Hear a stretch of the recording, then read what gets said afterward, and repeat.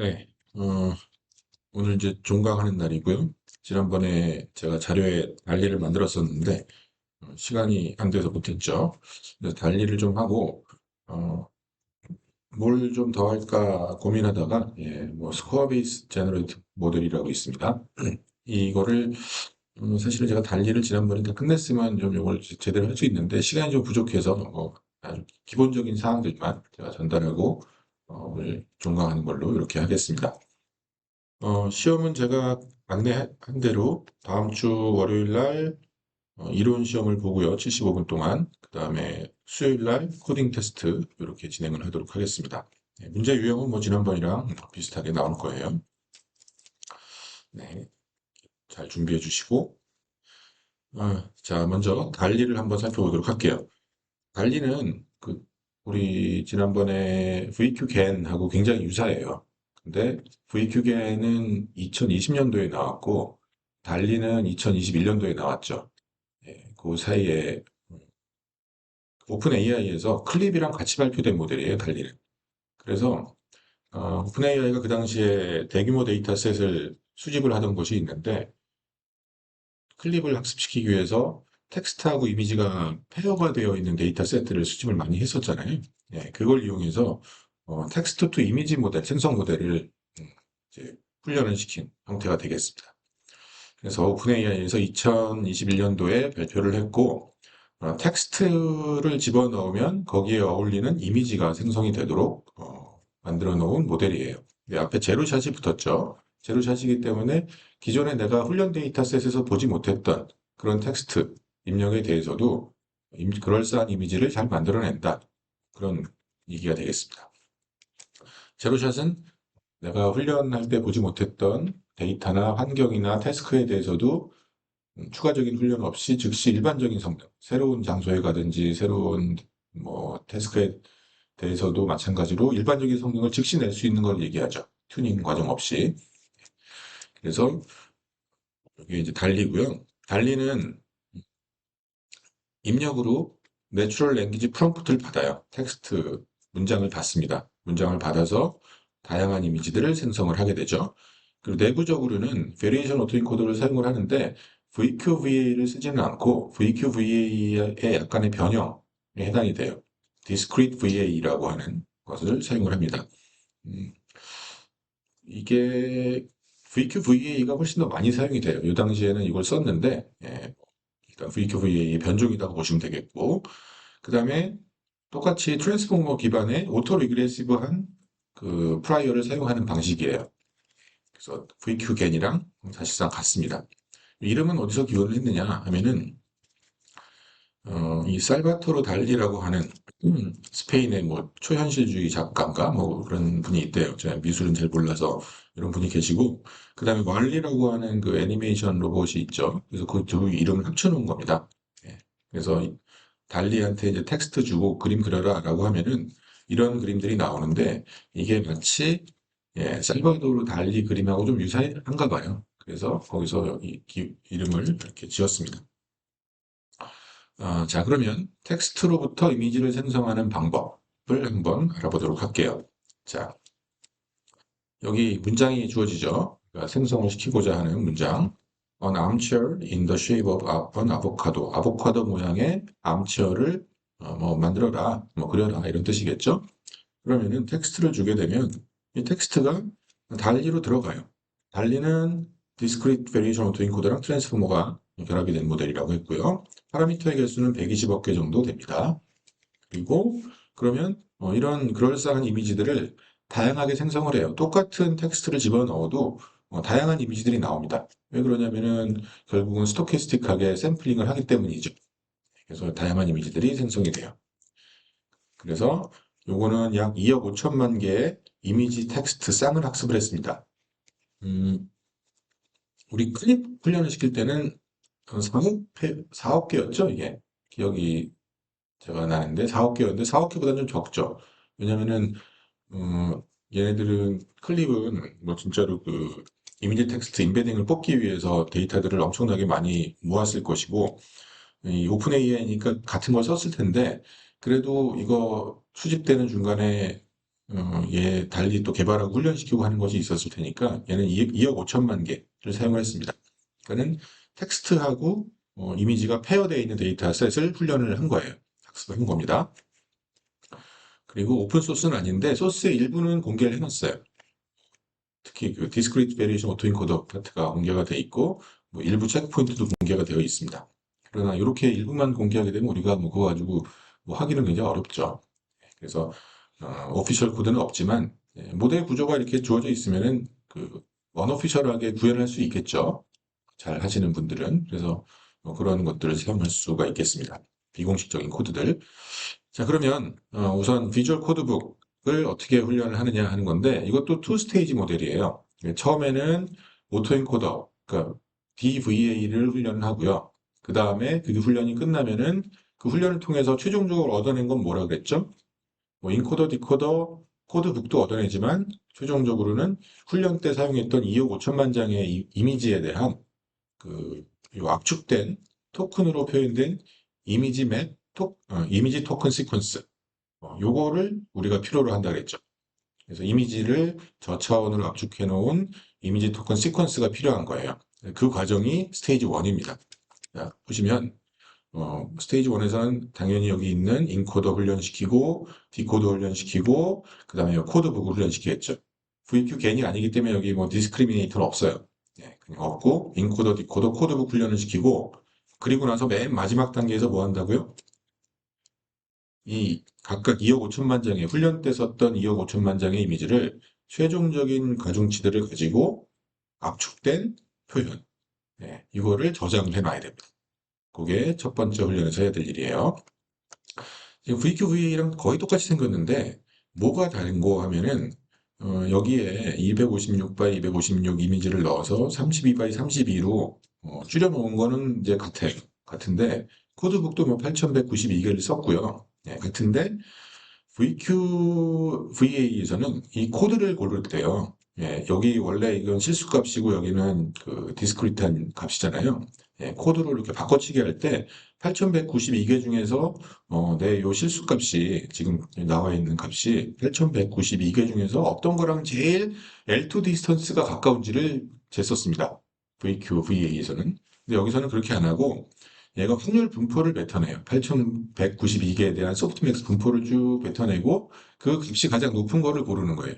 사실 뭐 방법만 약간 다르지 사실상 뭐 같은 방식이죠. 그래서 확률 분포가 가장 높은 코드를 여기다가 써주면 돼요. 그런 식입니다. 그런 식으로 해서 8192개 중에서 하나가 골라지는 거죠. 이거는 마치 8192개의 어휘 중에서 하나를 고르는 거랑 같은 방식이잖아요. 그래서 이게 8192개가 실제로 트랜스포머에서는 보캐블러리로 그냥 간주가 돼요. 그 이미지 토큰입니다. 단순하게. 그렇게 해서 처리가 돼요. 그래서 그 과정을 제가 여기 적어 놓은 겁니다. 자, 그러고 나면 훈련이 다 끝났습니다. 그럼 코드북도 확정이 되죠. 이제 내가 훈련했던 이미지들 다 집어넣고 2억 5천만 장의 요 이미지 맵 시퀀스, 그러니까 이미지 토큰 시퀀스라고 뭐 흔히 부르는데 이미지 토큰 시퀀스를 얻어내면 스테이지 1이 끝나는 겁니다. 자, 그러고 나서는 어떻게 하면 되죠? 이제는 이제 트랜스포머를 훈련을 시키면 돼요.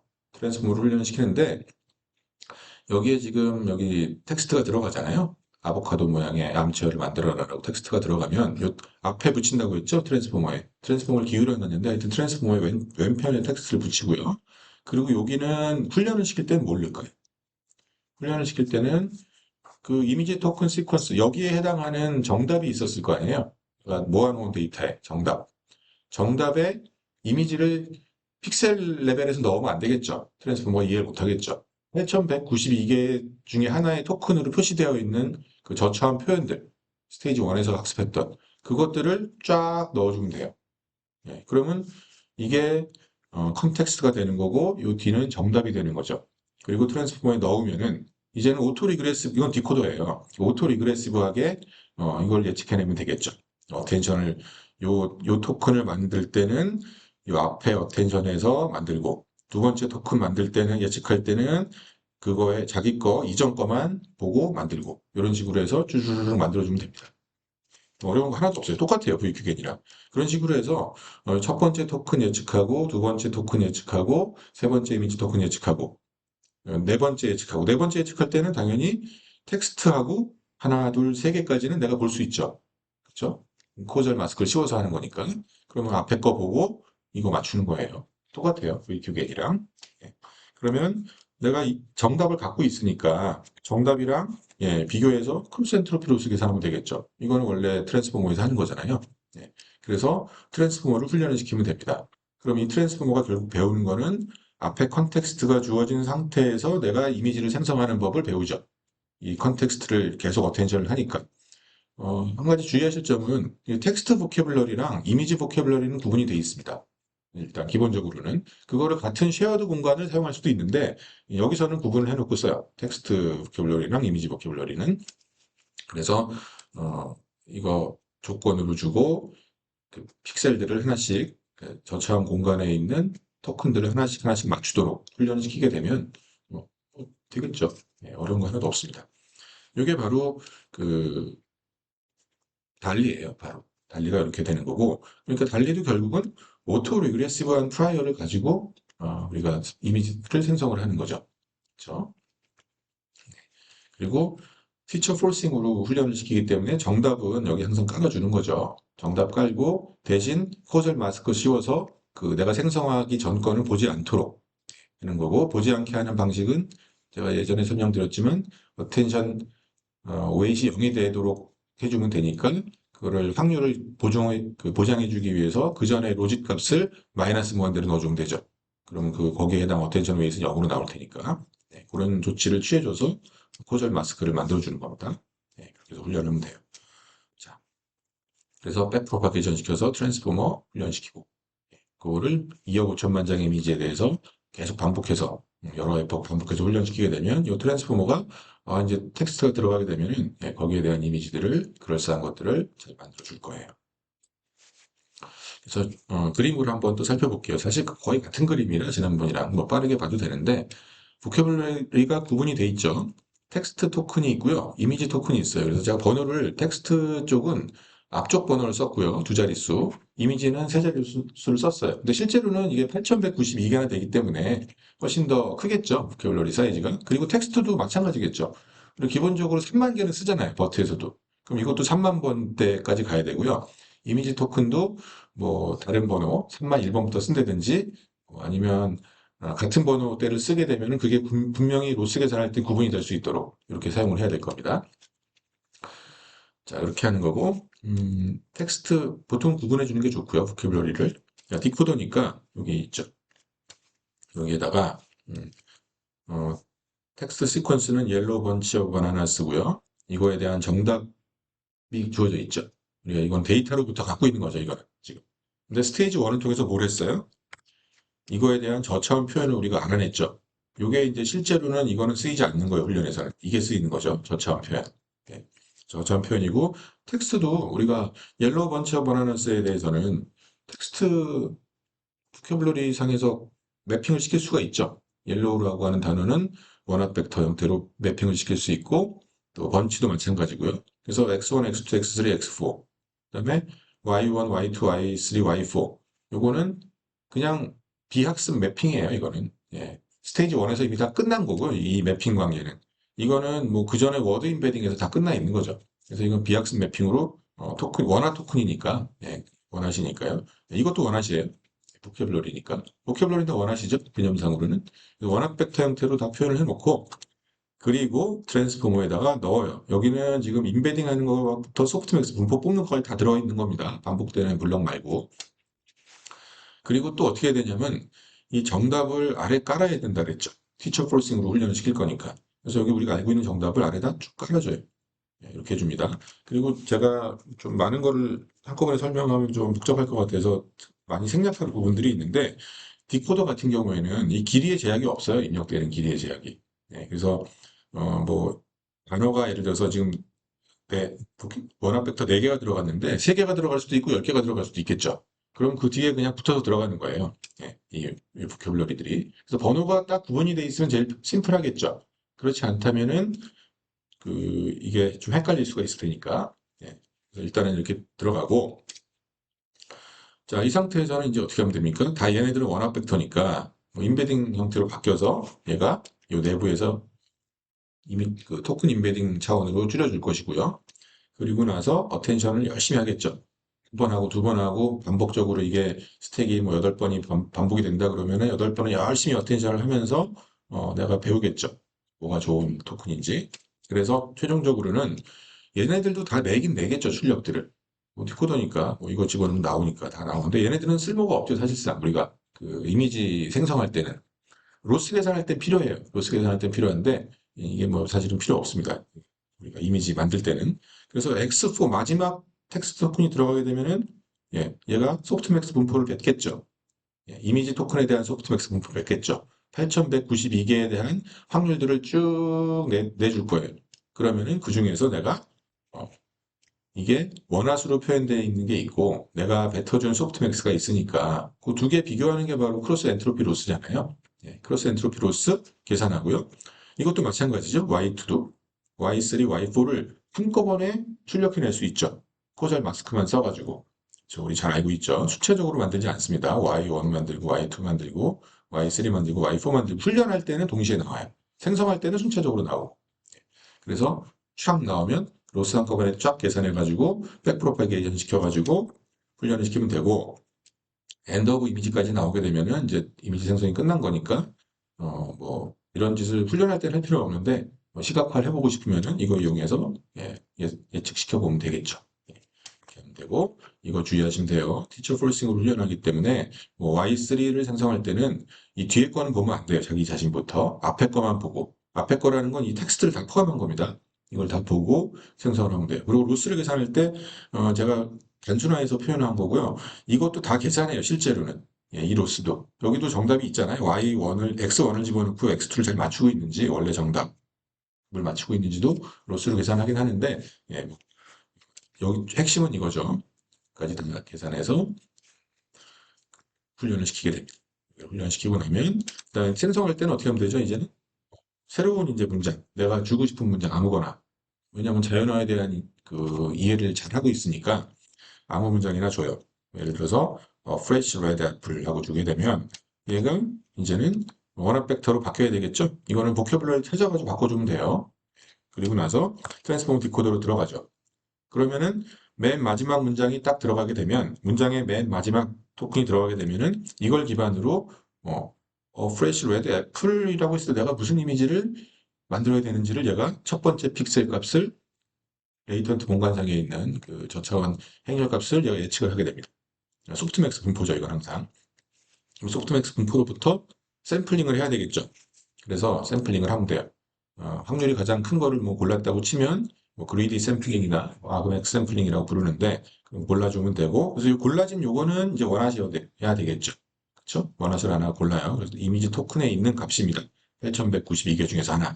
이걸 골라주고 요거를 이제 다음 입력으로 피드백 시켜주고 그래서 피드 시켜주고요. 그리고 요거를 받으면 트랜스포머 디코더는 요 앞에 텍스트 토큰들 4개 하고 요 이미지 토큰 하나가 임베딩 되어 있는 것들을 이용해서 열심히 요걸 어텐션 해가지고 그 다음 토큰을 예측을 하죠. 예측을 하고 이거는 소프트맥스이기 때문에 여기로부터 확률이 가장 높은 값을 하나 골라주게 되면 그게 y-2의 스타입니다. 골라준 거. 이건 원합 벡터예요. 원합 벡터를 고르고. 그러면 그 다음에 넣어주는 거는 정답을 내가 예측한 거를 넣어주고요. 그리고 나서 또 그 다음 거 맞추도록 하고 골라주고 넣어주고 이런 식으로 반복해서 샘플링을 해주게 되면 엔드 오브 이미지까지 나올 때까지 생성을 시키게 되면 내가 여태까지 생성했던 요 4개들이 있죠. 4개를 내가 조합을 해주면 이제는 이미지가 다 나온 거죠. 이미지 토큰들도 다 구성이 됐죠. 그러면 어떻게 하면 돼요? 스테이지 1에서 내가 배워놨던 디코더를 써주게 되면은 원래 이미지로 복원을 하겠죠. 그렇죠? 네. 디코더 여기 그림 생략을 했는데 요거는 뭐 그 디코더를 써야 돼요. 여기서는. 근데 디코더는 지금 이미 그 전에 다 훈련되어 있는 걸 쓰는 거라서 뭐 당연히 매핑이 되겠죠. 그러면 사과가 나오게 됩니다. 아시겠죠? 예. 이게 다른 문장을 집어넣어도 뭐 사과가 들어있는 다른 문장을 집어넣어도 뭐 한 입 깨물은 사과를 만들어라 그러면 여기 깨물은 사과가 만들어지겠죠. 그거는 내가 자연어를 방대한 걸 배웠기 때문에 그런 거예요. 그래서 잘 만들게 됩니다. 그래서 이게 바로 달리고요. 달리로 뭐 생성된 여러 가지 예시들 논문에 많이 나와 있는데 몇 가지만 가져와 봤습니다. 뭐 재밌는 것들. 그러니까 우리가 실제로 존재하지 않는 비현실적인 이런 그 이미지들을 만들 수 있겠죠. 뭐 여기 달팽이 뭐죠? 달팽이가 아니라 뭐 타피어인데 뭐 아코디언으로 만들어진 타피어를 뭐 생성해라. 그러면 이렇게 이게 실제로는 이런 동물은 없잖아요. 네, 이렇게 만들어낼 수 있고 뭐 이런 프롬프트 주면은 뭐 이렇게 만들어지고요. 그다음에 텍스트도 좀 이렇게 시도해 봤어요. 그래서 네온 사인인데 백드랍이 써 있는 백프롭이네요. 백프롭이 써 있는 네온 사인을 만들어라 라고 하면 이렇게 만들죠. 프롬프트로 주게 되면은 참고로 여기 요 텍스트를 넣어주는 게 사실은 이렇게 생성시켜 보면 옛날 AI들은 여기 이게 스펠이 막 틀리는 경우가 많아요. 요 이미지로 다 만들기 때문에. 예. 특히 뭐 어디서 성능이 좀 안 좋으냐면 요즘엔 많이 개선이 되긴 했지만 이 지금 요런 생성을 디퓨전 모델로 많이들 생성을 하죠. 디퓨전 모델이 사실은 픽셀 레벨에서 디퓨전을 사용하지 않고요. 레이턴트 스페이스를 줄인 다음에 아까 같은 그 저차원 공간에서 디퓨전을 보통 많이 써요. 레이턴트 디퓨전이라 그래서 그렇게 하게 되면은 이 텍스트를 철자가 틀리는 경우가 많습니다. 네, 좀 레벨 옮겨놓게 되면은 뭐 그렇고 그 다음에 뭐 이런 것들 위에 뭐 고양이 아래는 스케치 하게 되면은 뭐 그렇게 잘 만들어주고요. 이미지 한 장이 이렇게 반씩 쪼개져서 나와요. 그런 경우들을 잘 생성을 하게 됩니다. 그리고 이제 달리는 이제 오픈 소스는 엄밀히 말하면 아니고 요 달리를 좀 흉내낸 모델이 이제 발표가 되는데 요거는 달리 빈이라고 해가지고 발표는 됐는데 2021년 7월에 발표가 됐는데 이게 아마 이게 사실은 달리가 이게 오픈 AI 어떻게 보면 그 브랜드 네임 같은 뭐 이름인데 이거를 뭐 함부로 쓰면 좀 곤란하죠. 그래서 오픈 AI에서 뭐 요청을 좀 한 것 같아요. 그래서 요거를 이름을 바꿨어요. 크레용으로. 네, 그래서 여기 크레용으로 바꿨고 중국 쪽에서 만들어낸 모델입니다. 그리고 이미지 토크나이저는 VQ 겐을 썼어요. 그 당시만 해도 뭐 쓸만한 게 가장 좋은 게 VQ 겐이니까 다시 이걸로 썼고요. 그 다음에 텍스트에서 이미지를 만들어내는 트랜스포머는 인코더 디코더 구조를 사용을 했습니다. 네, 텍스트 인코더가 있고 이미지 토큰 디코더가 있고요. 그래서 기본적으로는 디코더를 사용해서 이미지를 만들긴 만드는데 인코더가 사용이 됐어요. 인코더 디코더 구조예요. 그래서 이런 구조를 이제 바트 구조랑 굉장히 닮았다고 해서 바트나 T5가 이제 인코더 디코더 구조인데 그런 구조를 띄고 있습니다. 그러니까 인코더가 필요해요. 트랜스포머 인코더가.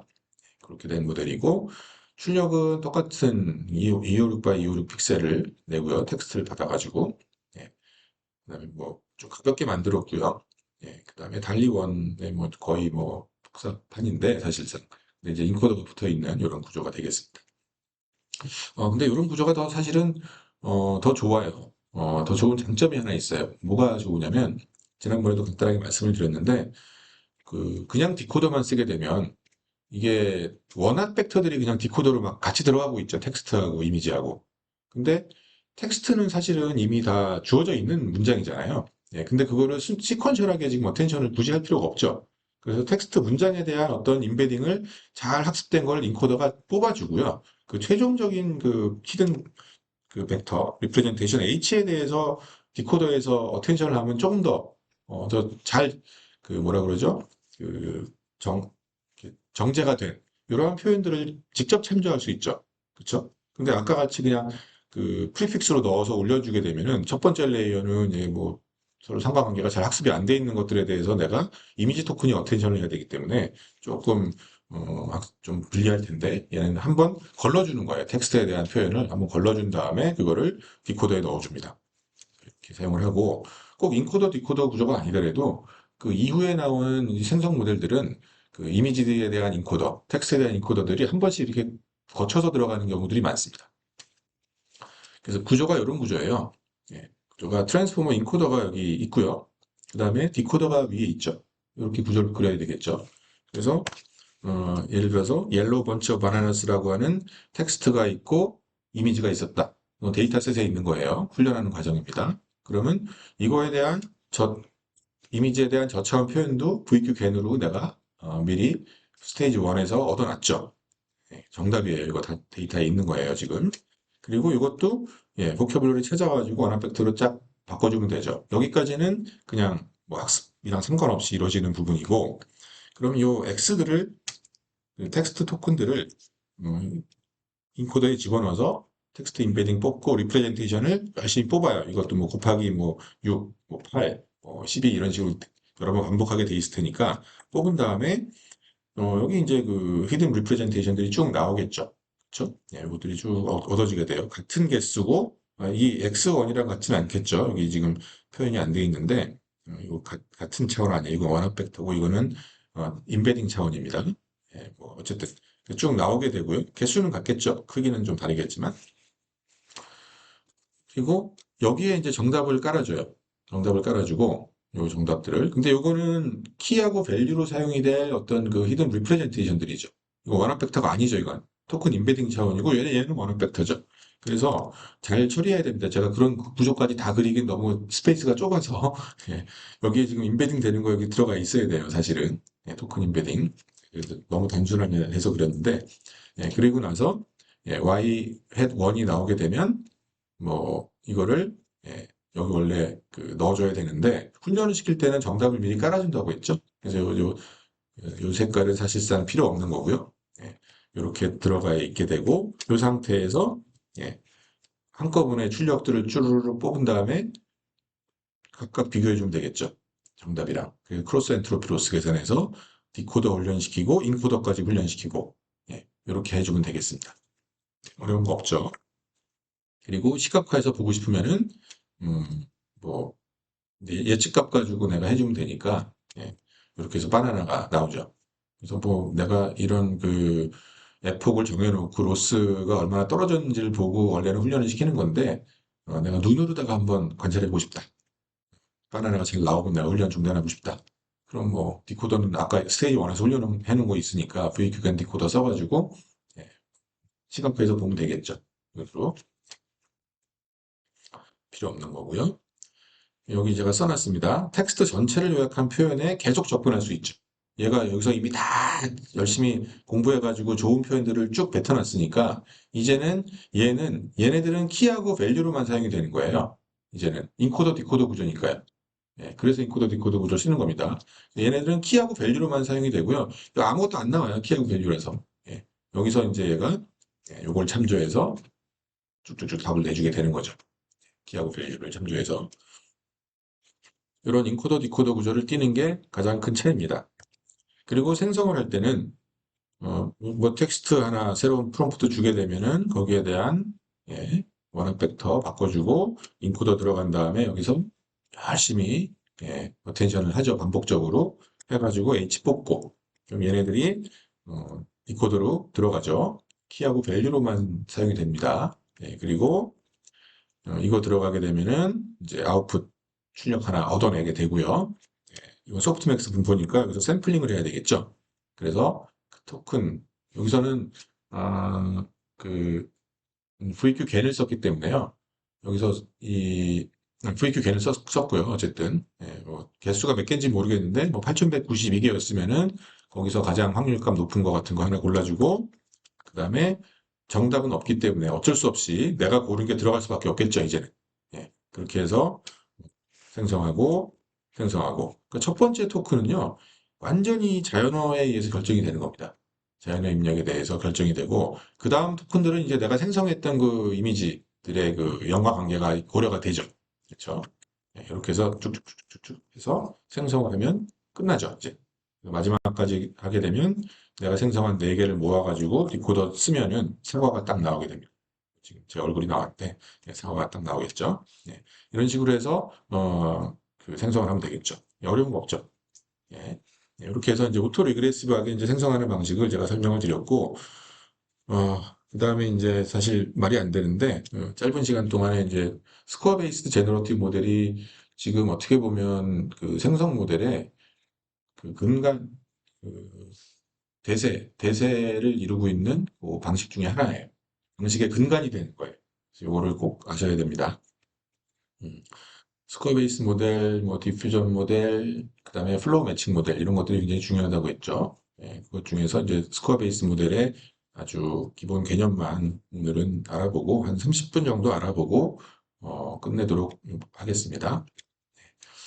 그리고 요거는 여기 스테파노 엘먼하고 양송이라고 하는 유명하신 분이 계세요. 예, 요 분들이 때가 이제 코로나 시절이었던 것 같은데, 코로나 시절 때 이제 요 아이클리어 같이 굉장히 유명한 학술 대회는 이게 올라와 있는 동영상으로 원격으로 이제 컨퍼런스를 했는데 녹화 영상들이 제공이 되는데 퀄리티가 굉장히 좋습니다. 그래서 거기에 사용됐던 슬라이드를 이용한 거예요. 예, 근데 이 슬라이드가 굉장히 인용이 많이 돼요. 예. 자, 그러면 우리 지금까지 우리 생성 모델 배웠던 거 뭐 있나요? 베리에이션 오토인코더 있었고, 그거를 디스크리트하게 바꿔놓은 게 VQ, VA였죠. 그 두 개 배웠고, 그 다음에 완전히 오토 리그레시브하게 데이터로부터 확률 분포 P를 배우는 게 픽셀 CNN, 픽셀 RNN 이런 것들이 있었죠. 그 다음에 뭐 베리에이션 오토인코더도 어떻게 보면 PX를 뭐 추정하는 방식 중에 하나예요. 그리고 이 트랜스포머 계통들도 오토 리그레시브하게 생성하는 것도 트랜스포머가 프라이머예요, 결국은. 그것도 PX를 트랜스포머가 오토 리그레시브하게 우리 샘플링 할 수 있도록 해놓은 겁니다. 예, 그러니까 PX를 오토 리그레시브하게 생성할 수 있는 법을 배워놓은 거예요, 트랜스포머가. 그런데 걔는 좀 다르고요. 예, 걔는 그런 거 상관없이 한 거고. 자, 그러면 우리가 결국은 PX를 추정을 해야 되죠. PX는 뭐였나요? 우리 PX는 우리가 세상에 존재는 하지만 우리가 죽을 때까지 알 수 없는 확률 분포죠. 모집단의 확률 분포죠. 우리 사람으로 따지면 전 세계 사람들의 키의 분포를 찾으라고 하면은 전수조사를 하지 않는 이상에는 그쵸 알아낼 방법이 없죠. 예. 우리가 알고 있는 건 뭐죠? 그 중에 데이터로 갖고 있는 거죠. 우리가 이미지라고 따지면은 이미지넷 같은 경우에는 실제로 존재하는 PX로부터 샘플링이 된 N개의 이미지를 모아놓은 거예요. 그래서 그 데이터의 분포는 우리가 또 모르지만 그럼 P 데이터 X라고 보통 불러요. 근데 이 데이터가 X가 굉장히 많으면 그냥 두 개는 그냥 서로 같은 걸 거야 라고 이제 믿어주는 거죠. 예. 이렇게까지 가정을 하고 둘 다 모르는 겁니다. 사실은 우리가 데이터를 갖고 있어도 그 데이터의 분포를 찾는 거는 쉽지가 않아요. 실제로는. 이것도 언노운이에요. 현재 상태는. 그래서 우리가 이 PX를 직접 우리가 모델링을 해왔습니다. 지금까지는. 예, 뭐 여러 가지 방법을 써가지고. 그런데 이거는 사실 어려운 게 왜 어렵냐면 이건 확률이기 때문에요. 확률이라고 하는 거는 확률의 합은 1이어야 되죠. 연속 분포 같으면 적분의 합은 1이 나와야 되는데 이거를 우리가 막 다루다 보면은 여러 가지 변형들이 일어나잖아요. 뭐 곱하기도 일어나고 뭐 여러 가지들이 일어나는데 그게 항상 1이 돼야 된다는 걸 지켜주는 게 쉽지가 않습니다. 노멀라이징 컨스턴트를 찾는 게 어려워요. 그래서 전개하기가 쉽지가 않은데 그래서 이제 나온 게 우리가 그러면 이 확률 PX를 직접 찾지 않고 이 PX의 기울기를 가지고 예를 들면 기울기를 가지고 어, 우리가 다루면 어떨까 하는 거를 생각해 본 게 이제 스코어 베이스 모델입니다. 그래서 결국은 이제 기울기라고 하는 거는 뭐 방향을 알려주는 거잖아요. 가장 확률이 높은 곳으로 가는 방향 같은 것들이 나올 테니까 확률 분포를 미분하게 되면 미분하면 기울기니까요. 예. 그래서 어느 방향으로 가야지 확률이 높아지는지 뭐 그런 것들을 우리가 배우고 나면 그러면 나중에 그 기울기를 이용하게 되면은 확률 분포가 높아지는 곳으로 기울기 따라서 가면 나오겠죠. 샘플이. 예, 그런 원리입니다. 그래서 그림으로 이제 표현하게 되면 보통 이런 그림을 그려요. 자, 여기 보시면 어, 이게 이제 실제 우리는 알지 못하는 데이터로부터 아니, 확률 분포로부터 샘플들을 갖고 있는 거예요. 그럼 샘플들이 이게 데이터가 잘 나오는 곳들이 있을 테니까 그런 곳에 데이터들이 이렇게 모여 있겠죠. 점들이 데이터입니다. 그 중에서 이제 몇몇은 이렇게 실제로 이미지니까 이미지를 보여놓은 거예요. 그렇죠? 그리고 이런 곳에서는 어, 데이터가 없죠. 지금 데이터가 없고 데이터가 여기 있어요. 그러면 이거를 PX로부터 N개를 뽑아 놓은 거다라고 볼 수 있겠죠. 예, IID 조건으로 뽑은 겁니다. 이런 데이터를 우리가 확보하고 있습니다. 이미지넷 같은 경우 2100만 장 갖고 있는 거죠. 이렇게 갖고 있고 자 그러면 이거에 대한 어떻게 보면은 확률 분포의 기울기를 생각을 해보면 그건 좀 이따 얘기할 건데, 기울기를 생각을 해보게 되면은, 지금 여기는 확률이 높죠. 여기는 확률이 낮잖아요. 그렇죠? 그러면은 이렇게 확률이 높은 곳으로 이렇게 화살표 방향으로 이렇게 가게끔 이렇게 유도를 할 수가 있겠죠. 기울기가. 그에 대한 또 어센트를 한다고 치면은 높아지는 방향으로 화살표를 우리가 매긴다고 치면 이렇게 만들어질 거예요. 화살표들이. 그리고 진짜 많이 뽑히는 곳에서는 정점이니까 모드라고 보통 부르죠. 그 모드에서는 기울기가 거의 0이겠죠. 그렇죠? 예, 그런 형태로 만들어질 거고 여기도 데이터가 좀 있으니까 이렇게 만들어질 거고요. 뭐 이런 식으로 일종의 스코어가 만들어지게 돼요. 이걸 스코어라고 부르는데 스코어가 만들어지게 되면 그럼 결국은 데이터는 이렇게 생겼는데요.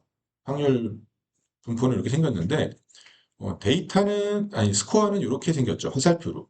예, 화살표로 생겼고 이게 바로 학습 과정이에요. 이거로부터 이거를 찾아내는 게 학습이에요. 우리는 원래 확률 분포를 찾아냈었는데 확률 분포가 아니라 화살표들을 찾아내는 거예요. 그리고 나서 학습이 다 끝났습니다. 그러면 어떡하죠? 우리 확률 분포로부터 샘플링하면 이제 데이터가 나왔잖아요. 얘도 그런 과정을 해야 되는데 얘는 지금 샘플링을 할 수가 없어요. 이건 화살표들이라서. 그래서 이 화살표를 따라서 이렇게 가게끔, 요 위치로 가게끔 해줘야 되겠죠. 그렇게 해주는 방식이 란제빈 다이내믹스라는 게 있습니다. 이걸 쓰게 되면은 여기다가 이렇게 뭘 갖다 놓으면은 화살표 따라서 이렇게 이끌어서 여기까지 가게 해주는 방식이에요. 그러면은 여기로 가게 되면은 내가 이게 이런 이미지로 만들어져 있겠죠. 네. 그리고 이 위치에는 뭐가 그럼 있느냐면은 이렇게 생긴 어, 데이터는 없는 거니까 보통 그냥 이런 자동 같은 것들이 이런 데 있는 거고요. 이거를 화살표 따라 가다 보면은 이런 이미지들이 이런 위치로 가면 이런 이미지, 그 옆으로 가면 이런 이미지들이 막 만들어지는 거예요. 좀 특이하죠. 그래서 얘는 명시적으로 P 세타 X 얘가 배우는 거 PX 뭐 예를 들어서 이런 것들을 명시적으로 배우지 않아요. 그냥 방향만 배우는 거예요. 방향만 기울기만 예, 그렇게 해주는 방식입니다. 조금 좀 생소할 수 있는데 스코어라고 하는 걸 개념을 한번 보게 되면은 이거 식은 이거예요. probability density의 gradient인데 probability density는 P of X죠. P of X를 그냥 쓰지 않고 로그를 붙여요. 로그를 붙입니다. 로그 P of X예요. 그러니까. 자, P of X는 여러분들 굉장히 작은 값입니다. 실제로는. 우리가 데이터가 존재하는 그 확률이기 때문에 굉장히 작아요. 예. 굉장히 작은 값인데 로그를 씌워주면 어떻게 되죠? 0에 가까운 값에 로그 씌워주면 엄청 마이너스 무한대에 가까운 값이 나오죠. 엄청 큰 값이죠. 예. 그래서 그거를 미분한 거예요. 근데 주의하실 점은 X에 대한 미분이에요. 이 X, 데이터에 대한 미분. 우리가 알아내고 싶은 건 X입니다, 지금 X. 그래서 알아내고 싶은 거에 대한 미분을 해야 되겠죠. 우리 여태까지 했던 미분은 어디에 대한 미분이었죠? 우리가 알아내고 싶은 게 파라미터였잖아요. 그래서 파라미터에 대해서 미분했죠. W에 대해서. 근데 그게 아니라 우리가 알아내고 싶은 건 그냥 데이터 자체예요, X. X에 대한 미분을 해야 돼요. 그래서 요거를 뭐라고 부르냐면 스코어라고 부릅니다. 앞으로. 많이 보시게 될 거예요. 나 이제 앞으로 저기 인공지능 공부하다 보면은 요 식은 뭐 가장 많이 보게 될 식입니다. 그래서 요 스코어고요, 요거를. 그래서 요거를 어, 스코어라고 하고 요걸 배우게 돼요, 결국. 요거는 이제 이렇게 화살표를 표시하게 되는데 요걸 배우게 되는 거예요. 요 모양새를 알게 되고 제가 여기 메모를 적어놨습니다.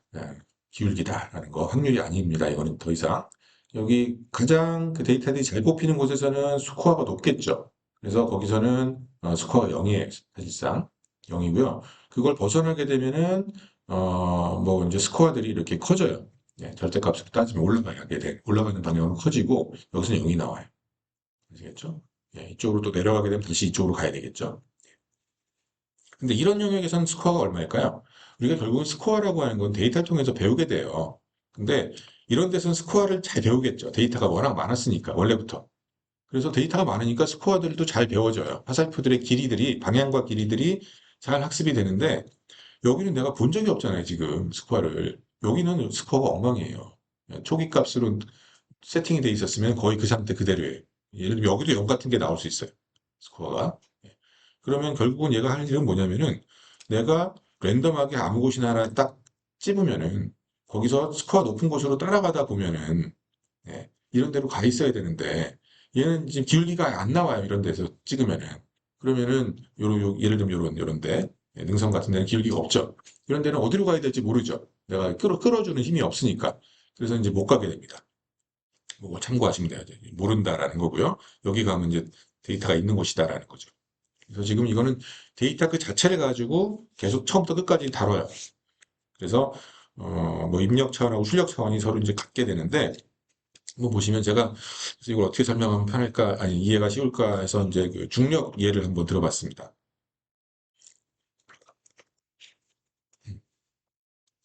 자 이제 우리 이걸 이제는 그 앞에 그 확률을 배운다라는 마인드를 버려야 됩니다, 여러분들이. 그 가장 이제 좋은 비유 중에 하나는 제가 개발한 비유인데 뭐 누가 쓰고 있는 비유일 수도 있을 것 같아요. 이제 중력인데 지금 이제 우리 우주 공간상에서 데이터라고 하는 거는 이 행성이나 별이나 이런 것들은 진짜 데이터죠. 근데 우주 공간 그냥 아무 데나는 그냥 그거는 데이터가 없는 곳이죠. 예, 데이터가 나오지 않는 곳이에요. 근데 그래서 데이터 포인트 X가 우주 공간이라고 치겠습니다. 근데 우주 너무 크니까 우리 태양계로 좀 좁혀서 얘기할게요. 태양계로 쳤을 때, 어, 이, 이 PX가 높은 곳은 행성이 존재하는 곳이죠. 그렇죠? 예를 들어서 목성, 음, 목성 위에서 측정을 했어요. 그럼 엄청 큰 값이 나올 거고요. PX가. 그다음에 목성에서 조금 떨어진 곳이 되면은 그래도 목성까지는 아니지만 목성보다는 좀 낮은 확률이 좀 나오겠죠. 그리고 목성에서 굉장히 멀리 떨어졌어요. 허공이에요, 그냥 아무 중력이 없는 곳이에요. 그러면 거기는 거의 0이겠죠, 확률이. PX가. 그렇게 볼 수 있죠. 예, 그렇게 봤을 때, 그럼 스코어는 뭐냐?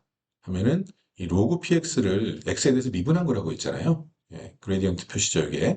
예, 그러니까 이거 다시 표현하면 미분식으로 표현하면 돼요. 그냥 로그 PX에 미분해도 됩니다. 예, 프라임 요거 많이 쓰죠. 미분처럼 표현해도 되고 요게 스코어라고 했는데 스코어라고 하는 거는 그러면 이 목성이나 토성이나 이런 행성으로 보내줘야 되죠. 우리가 어디선가 출발을 해도. 그래서 중력이라고 보시면 돼요. 중력이라고 보실 수가 있습니다. 근데 가만히 보시면 목성 근처로 갈수록 중력이 세지죠. 세지는데 그 목성 진짜 한복판, 중력의 한복판 중심이라고 치면은 거기는 중력이 어떻게 될까요? 없죠. 그렇죠. 그래서 거기는 스코어 0이에요. 그리고 목성을 지나가게 되면 다시 이쪽으로 끌어당겨지겠죠. 목성 쪽으로. 뭐 이런 식이라고 생각하면 되겠습니다. 그래서 어떻게 할 거냐면 이제는 랜덤한 곳에서부터 랜덤 노이즈를 샘플링을 하게 되면 뭐 허공이 뭐 보나마나 하나 찍히겠죠. 운 좋으면 진짜 뭐 목성이 하나 찍힐 수도 있는데 그런 경우는 없잖아요. 우리가 보통.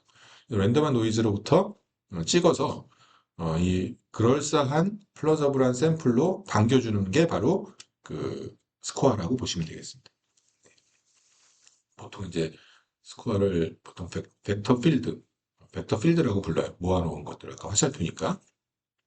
그래서 그 스코어라고 하는 걸 계산하는 건 그럼 어렵거나 쉬운가를 한번 봐야 되는데 스코어 계산은 너무 쉽습니다. 우리가 그냥 가우시안 분포를 하나 생각을 해볼게요. 평균이 미우고 표준 편차가 시그마인 가우시안 분포를 한번 생각을 해보겠습니다. 자, 가우시안 분포에다 로그를 치우게 되면 어, 그 지수에 있는 것만 나오죠? 로그 위에 있는 지수만 이렇게 나와요. 그럼 이거에 대해서 미분해 주면 되잖아요. 이제는 x에 대한 미분. 그러면 어떻게 하면 되죠? 예, 뭐 x에 대해서 미분이니까 제곱 있으니까 제곱 앞으로 나오고 x 앞에 개수 없으니까 그냥 2만 튀어나오니까 약분되면 그냥 이게 되죠. 미분도 너무 쉬워요. 예. 그래가지고 스코어라는 건 구하기 어려운 게 아닙니다. 예, 이렇게 계산해 주면 되고 자 그래서 그럼 왜 스코어를 쓰느냐 하는 건데 자 이게 지금 스코어라고 했고 이거는 노멀라이제이션에 대한 걱정을 하지 않아도 됩니다. 자 이거는 확률 분포예요 지금 확률 분포인데 이거는 지금 이 요 색깔 요 파란 색깔로 되어 있는 요 면적이 항상 1이 돼야 되는 거를 계속 지켜줘야 되죠. 그렇죠? 요거를 찾아야 돼요. 1로 만들어주는 노멀라이징 팩터를 계속 찾아가지고 데리고 다녀야 되는데 이거에 대한 기울기를 찾으라 그러면 이거는 뭐 이런 걱정 안 해도 되죠. 적분해서 일이 나오라는 걱정 안 해도 되고 되게 그래 모양도 되게 심플하죠. 뭐 거의 직선이거나 뭐 약간 휘어지거나 뭐 이런 정도. 네, 뭐 이런 정도밖에 안 돼요. 그래서 당기기가 훨씬 편리합니다. 스코어는. 자, 그러면 이제 어떻게 스코어를 배울 것이냐? 이게 이제 우리의 관건인데 음, 우리가 항상 가정하기로는 데이터를 많이 뽑아서 PX가 P 데이터 X랑 같다. 데이터의 분포가 실제 우리가 모르는 모집단의 분포와 같다라는 가정을 일단 해야 되고요. 네, 해야 되고 그러면 스코어를 우리가 뉴럴넷으로 근사를 시킬 겁니다. 뉴럴넷이 스코어를 배우도록 할 거예요. 즉 아까 같은 그 화살표 모양새를 모양 전체 판을 배우도록 뉴럴넷이 배우도록 할 거고 그렇게 해서 결국은 뉴럴넷이 해야 될 거는 이 스코어를 이제 우리가 S세타라고 할게요. S세타. 이 S세타가 실제 스코어랑 같아지면 되겠죠. 내가 배운 스코어가 실제 스코어잖아요, 이거는. 실제 스코어랑 같아지도록 하면 돼요. 그럼 예를 들어 실제 스코어가 이거라고 칠게요. 정답이. 그리고 내가 추정한 거. 추정한 거는 뉴럴넷이 데이터를 넣어서 배울 수 있으니까 로스를 줄여주는 방향으로 이렇게 추정한 게 있을 텐데 이 두 개가 어떻게 하면 되죠? 이제는 서로 같아지도록 우리가 훈련 목표를 주고 훈련을 시키면 되겠죠. 그러니까 이런 정답이 필요하겠죠. 이런 정답을 주고 내가 예측한 이런 모습이 요거랑 같아지도록 그렇죠? 이렇게 훈련을 시켜주면 될 거예요. 요것도 각각의 하나의 스코어들이니까 요 스코어가 요 스코어랑 같아지고 뭐 요거는 요거랑 같아지고 이런 식으로 훈련시켜주면 되겠죠. 네. 그래서 이제 할 건데 그럼 이제 다시 한번 이 과정을 보게 되면 우리가 언노운 데이터 디스트리뷰션 PX라고 하는 게 있어요. 이거는 우리가 영원히 안 할 수 없는 분포죠. 데이터를 전수조사를 할 수가 없으니까. 그런데 여기서부터 샘플링이 된 이러한 데이터 셋은 우리가 갖고 있죠. 뭐 셀럽 뭐 HQ 데이터, 뭐 이미지넷, 뭐 엘순 뭐 이런 식으로 다 갖고 있잖아요. 그래서 그런 데이터를 갖고 있어요. 갖고 있고 요거는 PX로부터 샘플링이 된 거죠. N개로. 점들이 N개입니다, 지금. 그리고 그러면 이걸 가지고 우리가 이제 이, 이 분포를 알고 있으면 이 P 데이터인데 사실은 이걸 알고 있으면 그걸 가지고 로그 취한 다음에 미분해주게 되면 엑셀에 대해서 미분해주게 되면 이런 스코어들도 알 수 있겠죠. 이렇게 예. 근데 이거는 우리가 몰라요. 알 수가 없죠, 당연히. 이거 알면은 우리가 이거 알아내려고 지금 하고 있는 거예요. 이걸 알 수가 없잖아요. 이거 PX를 모르니까 이것도 당연히 모르겠죠. 그래서 이걸 몰라요. 그래서 어떻게 할 거냐 하면은 요거를 추정하는 뉴럴넷을 하나 만들어 놓고 이거를 맞추도록 해주는 겁니다. 뉴럴넷이. S세트입니다, 이게. 예. 이거는 스코어를 실제로 배우는 거고요. 우리가 할 일은 이 뉴럴넷이 추정한 요 스코어 값이 스코어가 실제 스코어랑 같아지도록 스코어 매칭을 시켜주겠다라는 거죠. 네, 스코어 매칭이라고 부릅니다. 그래서 여기서 스코어 매칭이라는 말이 여기서 나와요. 자, 지금 뭐 개념으로는 좀 어려워 보이는, 아니, 쉬워 보이는데 이제 어떻게 해야 될지가 잘 감이 안 오죠. 그래서 굉장히 간단해요. 지금 제가 했던 거를 그대로 표현한 것 뿐이고, 그냥 그림으로 표현한 거, 말로 표현한 거고요. 이 S세타라고 하는 거는 입력 차원하고 출력 차원하고 같습니다.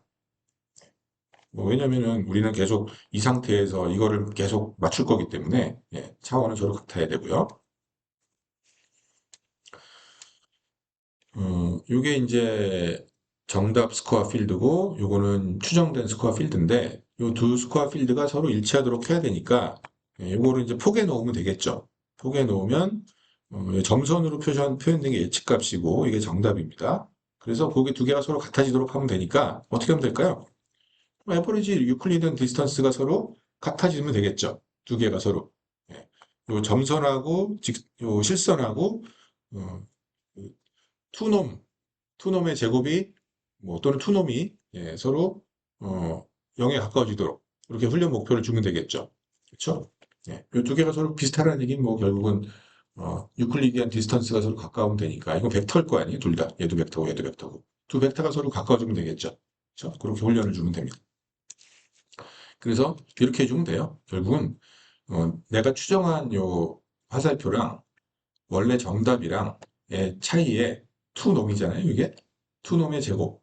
예, 유클리디안 디스턴스죠. 이게 유클리디안 디스턴스는 제곱이 있으면 안 되지만 어쨌든 그거의 제곱을 한 것이 왜 모든 샘플에 대한 기대값을 구하면 되겠죠. 평균을 구했을 때 요게 최소가 되도록 해주면 되겠죠. 예, 원래 2분의 1은 안 들어가 있는데 여기 2분의 1을 붙인 이유는 여기 2분의 1을 딱 붙여놓고 보면은 우리가 2분의 1이 붙고 안 붙고는 우리 최적화에서는 아무 상관이 없죠. 우리가 찾는 거는 세타니까. 2분의 1을 붙여놓고 보면 이게 피셔 다이버전스예요. 피셔 다이버전스 여러분들이 안 배우셨을 텐데 이, 이, 이 PX하고 이 여기가 갖고 있는 P 세타 X, P 세타 X가 서로 이 그 둘 사이의 거리를 계산해 놓은 게 바로 이 피셔 다이버저스입니다. 네, 이건 모르셔도 사실 상관은 없어요. 이걸 해야 되는데, 자, 그러면 우리가 훈련 목표는 세웠죠. 너무나 명확하죠. 훈련 목표는. 정답 화살표의 그 모습과 내가 예측해놓은 화살표가 서로 일치해야 된다라는 거니까. 그런데 이거를 우리가 문제는 이걸 몰라요. 이걸 몰라서 지금 못하고 있는데 이게 갑자기 여기 달려 있으면 안 되죠. 그래서 이거를 그 부분적분식으로 이제 전개를 하다 보면은 사실 전개하는 과정이 좀 필요하긴 한데 다 생략을 해놨습니다. 자료에 보면 뭐 한 페이지 정도 이렇게 정도로 나와요. 이렇게 어렵진 않습니다. 하게 되면은 이렇게 나오게 되거든요. 이 부분적분을 풀게 되면 그럼 여기 가만히 들여다보시면은 PX가 사라졌죠. 그렇죠? PX가 사라졌어요. 그리고 그냥 S만 남아 있습니다. 그리고 이거 트레이스인데 이건 뭐에 대한 트레이스냐면은 S세타를 다시 한번 미분했죠. 얘도 뭐 미분해서 나온 건데 다시 한번 미분했어요. 그러니까 S세타의 자코비안이에요. 자코비안. 예. 네, 트레이스. 뭐 트레이스는 대각행렬들, 정방행렬에서 대각행렬들을 그냥 합한 거니까 뭐 합쳐주면 되고요. 뭐 이렇게 되고 이거를 그러면 기대값이니까 이게 우리가 샘플이 n개가 있으니까 시그마로 바꿔서 써주게 되면은 똑같이 써준 다음에 i는 1부터 n까지 x에다가 xi를 넣어주면 되겠죠. 이렇게. 그렇죠? 예. 이렇게 해서 n개를 평균 내주면 되죠. 이게 위에 거랑 아래 거랑 같은 식이죠. 예. 이렇게 되는데 그럼 이제 우리가 잘 모르고 있던 px가 사라졌기 때문에 이제는 이것만 해주면 되는데 이게 계산이 쉬운 게 아닙니다. 왜 그러냐면 이게 문제예요. 여기 있는 거. 이게 여러분들 자코비아는 이 모든 그 x에 대해서 다 미분을 해야 되죠. 엄청 많아요. 행렬 차원이 되게 커져요. x가 너무 크잖아요, 지금. 그래서 n개나 되잖아요. 그래서 이게 계산량이 어마어마하게 많습니다. 이게 또 i도 한두 개가 아닌데 또 합치고 있어야 되고 하니까 이게 계산이 너무 많아가지고 실제로 식은 이렇게 풀어놨는데 계산 뉴럴넷에서 지금 뉴럴넷이 가뜩이나 지금 계산할 게 많아 죽겠는데 이 안에서 이 계산이 크면은 좀 곤란하죠. 그래서 이렇게 쓰지 않고 이거 어떡하지? 이거 너무 계산이 많아서 이거 식은 잘 만들어놨는데 안 되겠는데 하고 고민을 하다가 이 슬라이스드 스코어 매칭이라고 하는 아주 어, 뭐 어떻게 보면 좀 번뜩이는 아이디어인 것 같기도 하고 당연한 것 같기도 한데 이 슬라이스드 스코어 매칭이라고 하는 거를 제안을 사용을 해요. 이건 뭐냐면 어차피 지금 얘가 지금 이 두 개를 비교하는 거니까 이거를 직접 정말 다 비교하지 말고 한쪽 축으로 프로젝션을 시킨 벡터들만 가지고 그 프로젝션 된 값을 비교하는 겁니다. 예. 그러니까 한쪽 방향으로만 값 크기를 비교해 주는 거죠. 예를 들면은 이렇게 랜덤하게 하나 고르고 또 이쪽 축을 하나 고르고 이런 식으로. 그래서 이쪽 축의 방향에 대해서만 로스를 계산해 주는 거죠. 거리를 계산해 주는 거죠. 그러면 아까 위에서 보셨던 이런 화살표들이 이 축으로 그 프로젝션이 될 테니까 이렇게 바뀌어 있겠죠. 이건 아래 거는 이렇게 바뀌어 있고 이런 축에 대해서 프로젝션 시키면 이렇게 바뀌고 얘도 이렇게 바뀌고 그리고 나서 이 한 방향에 대해서만 계산해 주면 돼요. 이렇게. 그래서 뭐 요 놈은 요 놈이랑 비교하면 되고 이런 식으로 한쪽 방향이랑만 비교하니까 계산이 훨씬 줄어들겠죠. 그래서 슬라이스드 스코어 매칭을 이용해서 계산량을 팍 줄이게 됩니다. 아시겠죠? 뭐 개념적인 것만 써 있고 그러면 앞에 식이 이제 바뀌게 되는데 그런 것들은 제가 생략을 했어요. 이 식을 슬라이스 스코어 매칭을 이용해서 바꿔주는 것들은 생략을 했고 그렇게 해서 하게 되고요. 그러면 이제 훈련을 할 수 있습니다. 네. 요 훈련 목표를 가지고 훈련하게 되면은 이제는 S세타만 가지고 우리 로스 줘서 백프로파게이션 시켜가지고 유넷 같은 구조를 쓰거든요, 보통. 유넷 구조로 되어 있는 그 스코어를 예측하는 그 뉴럴넷을 훈련을 시킬 수가 있어요. 그 유넷을 쓰는 이유는 차원이 계속 같아야 되기 때문에 그래요. 이렇게 되고, 랑제빙 다이내믹스가 이제 나오는데, 시간이 지금 많지가 않아서, 이건 뭐냐면은, 요렇게 생긴, 우리가 이제 이걸 얻어냈잖아요. 이걸 얻어냈는데, 그러면 이제 실제로 여기서 샘플링을 해야 되는데, 우리가 확률 분포를 알면 샘플링이라는 걸 할 수 있지만, 이건 우리가 확률 분포를 안 하는 게 아니죠. 이 화살표들만 안 하는 거죠. 그래서 화살표를 태워서 일로 보내주는 방식이 필요해요. 그걸 해주는 게 랑제빙 다이내믹스예요. 요거는 뭐, 나중에 여러분들이 한번 보시고, 그래서 처음에는 그 좀 이렇게 그 이 이미지가 전혀 아닌 것 같은 잡음 같은 거로부터 출발을 해서 화살표를 막 따라가게 되면 점점 이런 이미지로 바뀝니다. 이런 구간에서는 목성과 더 근처에 와 있으면 목성 같은 것들이 이렇게 계속 뽑히죠. 진짜 목성 그림은 아닌데 뭐 그런 것들이 뽑히게 되고 가게 되면 뭐 제대로 된 이미지가 나오고 뭐 그런 형식이에요. 자, 근데 란제빙 다이내믹스라는 걸 이용해 가지고 일로 데이터가 많은 곳으로 보내주려면 그 중력을 타고 가야 되는데 문제는 원래 PX는 이건데 지금 화살표들이 이렇게 나와 있잖아요. 뒤에 있는 화살표만 보세요. 근데 여기는 데이터가 있었으니까 정확한 화살표죠. 여기도 마찬가지고요. 근데 이런 데는 내가 데이터가 없었기 때문에 이 부정확한 화살표예요. 이런 것들이. 네. 그래서 뭐 아예 뭐 화살표들이 이렇게 잘 만들어져 있지도 않습니다. 이 그림은 과장해서 그린 거고. 그러면은 이제 뭐 랜덤한 방향으로 막 화살표들이 있거나 거의 화살표가 없거나 뭐 이렇게 돼 있을 텐데 그러면 목성하고 토성 사이에 있다고 칩시다. 근데 목성이 중력이 너무 크죠, 지금. 뭐 하여튼 뭐 그 사이에 중력이 없는 곳이 있다고 칩시다. 그러면은 내가 우주선을 타고 어디론가 둘 중에 하나의 행성으로 가야 되는데 갈 수가 없죠. 그쵸? 어느 방향으로 가야 될지 전혀 감이 없잖아요. 예, 그런 문제가 있어요. 예, 부정확하다는 게 문제가 있어요. 정답도 이렇고 내가 예측한 것도 마찬가지고. 그래서 이걸 어떻게 해주느냐면 여기서 노이즈를 한번 섞어줘요. 노이즈를. 노이즈를 섞는데 굉장히 큰 노이즈를 섞으면은 이 확률 분포가 펑퍼짐하게 이렇게 퍼지겠죠? 예를 들면은. 예, 그 퍼지게 이렇게 여기까지 중력이 오도록 해주는 거예요. 그 목성의 중력을 엄청 키워주게 되면은, 그건 실제 목성은 아니지만, 뭐, 글로 갈 수는 있겠죠. 중력이 커졌으니까. 그래서 뭔가 도달할 수 있도록 노이즈들을 많이 섞어줍니다. 그러면, 어디론가 갈 수 있겠죠. 근데 계속 이 상태에서 있으면은 어떻게 될까요? 뭐 엉터리 그 스코어를 가지고 내가 가게 되니까 안 되겠죠. 그래서 이게 내가 화살표를 따라서 여러 단계에 걸쳐서 가게 되는데 그 과정에서 예를 들어 1000단계를 통해서 간다고 칩시다. 뭐 실제로 1000단계 같은 걸 써요. DDPN 같은 경우에는 1000단계에 걸쳐서 가게 되면은 초반에는 좀 이렇게 큰 노이즈를 섞어가지고 가게 하고 그 다음에는 좀 줄여주는 거예요. 노이즈를. 예, 조금 더 작은 노이즈를 섞어가지고 중력을 좀 줄여주는 거죠. 그래서 그걸로 가게 하고 맨 마지막 단계에서 노이즈가 거의 없는 상태로 원래 거대로 해주고 이렇게 해주게 되면 점점 크겠죠. 그렇게 유도해주는 방식을 사용하게 됩니다. 여기 보시면 나오죠. 이 과정이 노이즈를 처음에 크게 해주고요. 좀 줄여주고 더 줄여주고 더 줄여주고 맨 마지막에 생성의 최종 단계에서는 아예 노이즈를 아예 없애주고 뭐 이런 식으로 해서 생성을 하게 됩니다. 멀티플 인텐시티를 사용한다는 거고요. 뭐 그렇게 해주면 되고 예. 뭐 예를 들어서 이제 어, 이렇게 노이즈를 섞어준 상태에서 이렇게 큰 노이즈가 섞인 상태에서 데이터들을 샘플링을 하게 되면 점들이 이렇게 막 이렇게 퍼져 있겠죠. 퍼져 있는 상태에서 S 세타를 훈련을 시키게 되면은 S 세타가 훈련이 뭐 그렇죠? 예. 추정값들이 나오겠죠. 참. 예. 음.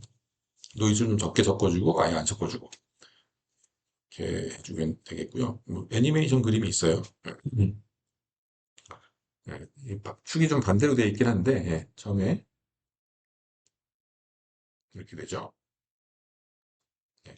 뭐 뉴럴넷은 당연히 하나고 신경망 S세타는 하나이고요.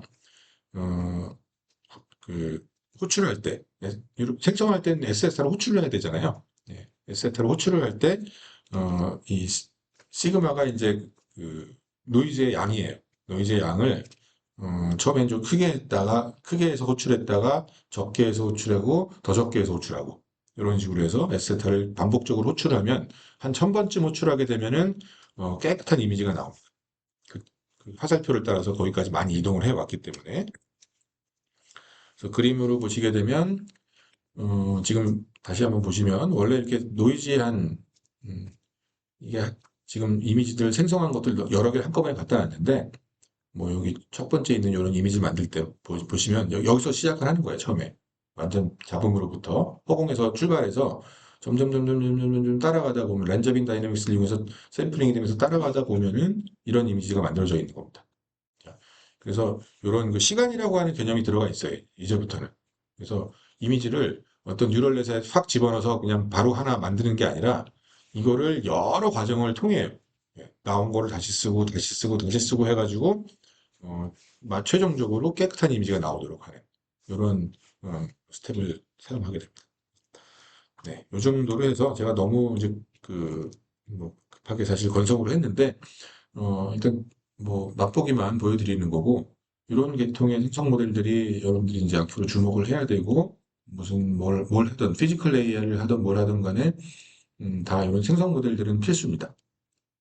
여러분들 피지컬 AI가 뭐, 결국은 액션들을 우리가 생성을 해내는 거죠. 근데 이제 액션들을 생성을 해낼 때, 우리 사람의 뇌가 이렇게 잘 주변 상황을 잘 판단하고 현재 내 상태를 판단해서 좋은 액션을 만들어내야 되겠죠. 그래서 피지컬 AI를 잘 하시려면은 AI를 아주 잘 하셔야지 피지컬 AI를 잘 할 수 있습니다. 근데 그냥 옛날 방식으로 뭐 이미테이션 러닝만 하고 있으면은 이게 제대로 된 피지컬 AI가 안 되겠죠. 그래서 AI 공부가 제가 봤을 때는 제일 중요해요. 명심을 하시고 앞으로 좀 공부를 하시면 좋겠고, 한 학기 동안 정말 많은 공부를 했다고 생각하실 수도 있는데, 떻게 보면은, 뭐, 또 많지 않은 양일 수도 있어요. 다른 학교 자료들도 제가 가끔씩 참조를 했는데, 뭐, 좋은 학교들 많이 있죠. 우리나라에도. 저보다 진도를 더 많이 나갑니다. 디퓨전 모델까지도 다 다루고, 근데 이제 거기까지 못 갔어요, 저는. 그래서 하여튼 이제 시작이라고 생각을 하시고 이제 앞으로 더 열심히 공부하시길 바라고 그래도 어, 음, 그 많은 양의 진도를 나가긴 나갔죠. 예. 그래서 지금까지 했던 거 다 영상이 올라가 있으니까 열심히 복습하시고 기말고사 2번 있는 거 잘 보시길 바랍니다. 한 학기 동안 수고 많으셨습니다. 예, 참고로 그리고 내년에는 요 수업이 3학년으로 바뀌어요. 예, 바뀌어서 한번 하고 그리고 나면은 과목이 없어질 수도 있어요. 예, 지능은 로봇학과 과목이잖아요. 예, 그래서 어떻게 될지 모릅니다. 그래서 그래서 이제 녹화도 제가 한 이유도 있는데, 예, 그렇게 해서 막 마치도록 하겠습니다. 네, 수고 많으셨습니다.